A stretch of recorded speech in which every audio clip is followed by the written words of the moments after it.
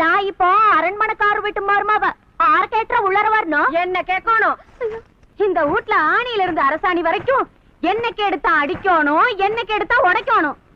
நீ பர்வதமா படியேறி வந்திருந்தீனா பழகலாம், பேசலாம், உள்ளாரையும் வரலாம்.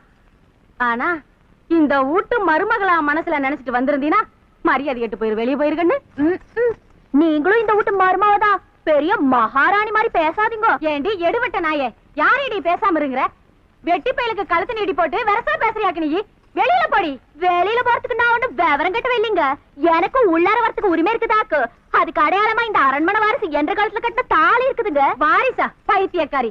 இந்த அரண்மனைக்கே ஒன்னே ஒண்ணு கண்ணே கண்ணுன்னு என்ற பொண்ணுதான் வாரிசு, வேற ஆம்பளை வாரிசே கிடையாதுன்னு அரண்மனைக்காரி என்னைக்கு அடிச்சு சொல்லி போட்டார். வந்துட்டா. நாங்க ஒண்ணு அள்ளிக்கிட்டு போறதுக்கு வரலீங்க, ஆசீர்வாதம் வாங்கிட்டு போறதுக்கு வந்திருக்கோம் மாமனார் கிட்ட.